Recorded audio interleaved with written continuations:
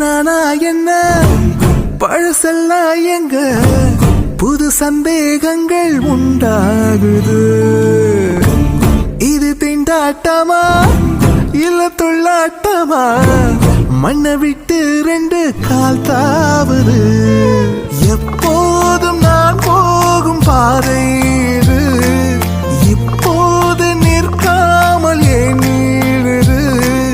என் உள்ளம் லேசாக கை மீறுது. வெரசா போகையில புதுசா போறவள